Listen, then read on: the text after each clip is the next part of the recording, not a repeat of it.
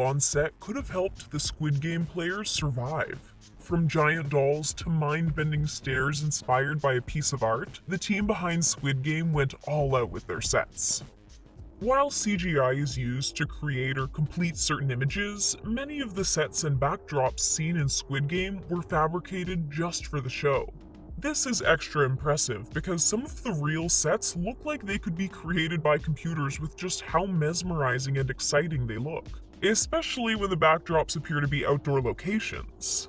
Tug of War might seem like a simple enough game to film, but the team behind the Netflix hit opted to build a large space and the raised platforms used in the game from scratch.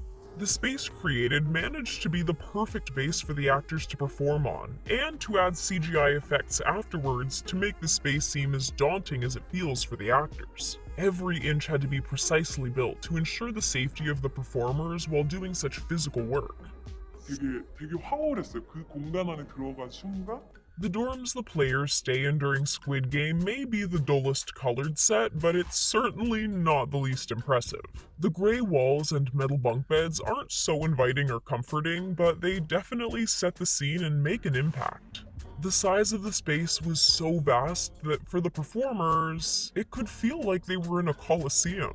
The dorm space is where so much happens. A major fight, learning the truth of the game, watching the money add up, and the prison-like aesthetic provided the ideal backdrop for these pivotal moments. If you do not wish to participate, then please let us know at this time. Not a single detail was overlooked when the art department and creative team worked to bring all the spaces we see in Squid Game to the screen.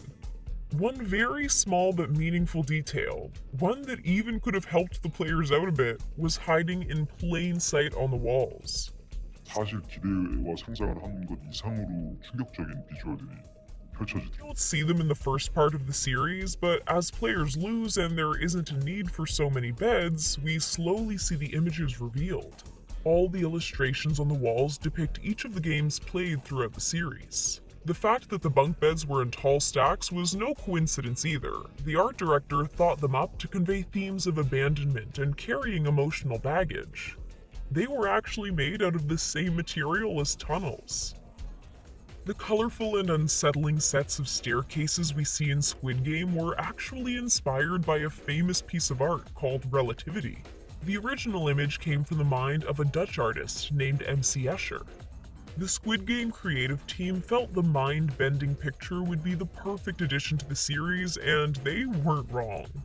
The original photo includes 7 stairways arranged in a world where gravity is different, and considering Squid Game really turns every player's life upside down whether they want it to or not, the homage paid to this classic piece of art makes a lot of sense and just adds to the genius of the show. Wow, this place is gigantic. A part of what makes these sets so incredible is the sheer scale of them. The space of the children's playground for the Honeycomb game featured real, enormous versions of playground equipment, with a fake drawn sky background making the whole scene look like an image we'd see in a children's book. It did an incredible job at bringing us a freaky playground vibe. The large-scale equipment also helped with making the players feel like children, replicating what the environment would have looked like to them when they were young. The team definitely accomplished the formidable but also familiar and reminiscent of childhood look that director Huang was hoping to achieve. Some options are circle, triangle, star, umbrella. We can't discuss the incredible sets without mentioning one very impactful prop. If that's what we call a creepy giant doll that had the power to take any player out that it saw moving. The red light green light doll is a major part of the scene for the initial game and shockingly wasn't created just for the show.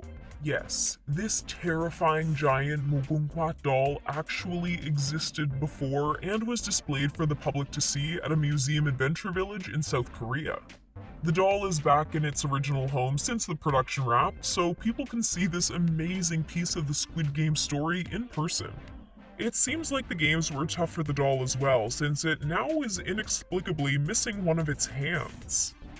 Some cast members were actually speechless when they were on set for the first time, thrilled by the fact that they'd get to interact and perform in these incredible spaces. The actor who plays number 1 had a really intense nostalgic reaction when he was on set where the marbles game takes place. 부딪히기도 저도 했어요.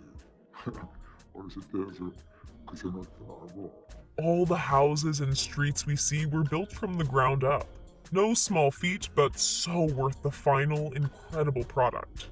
The set had the power to transport the cast members themselves to other places, so it's no surprise they've completely captured us. For director of the series Huang, it was important to build an authentic world so the team could more easily tell the story truthfully, meaning not a lot of CGI ended up being used.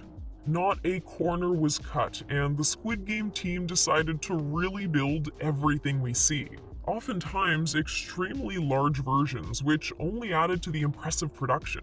One of the coolest examples of a non-CGI shot is the very first game, Red Light, Green Light, where there were actually over 400 performers on the set playing the game. Oftentimes, in scenes like these, loads of people end up being added in with CGI, but since the set itself was so enormous, they were able to accommodate a massive cast and crew. Over there. Looks really freaky. For the performers, seeing the sets for the first time blew them away and they needed to capture the magic. 첫날 아침에 이제 세트장을 들어가면은 사진 찍기 바빠요. The cast had, of course, had time with the script for a while before they arrived to film, and when reading, naturally thought up of what the sets were going to look like. For the most part, it was not at all what they'd expected, and some actors were even caught off guard, shocked that these incredible spaces existed and that they were the lucky actors who got to perform on them. For other actors, the set felt a bit like a fantasy or dream world.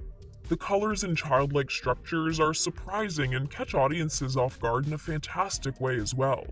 The sheer scale of it all was overwhelming, but the performers managed to fill the space right up with their incredible acting.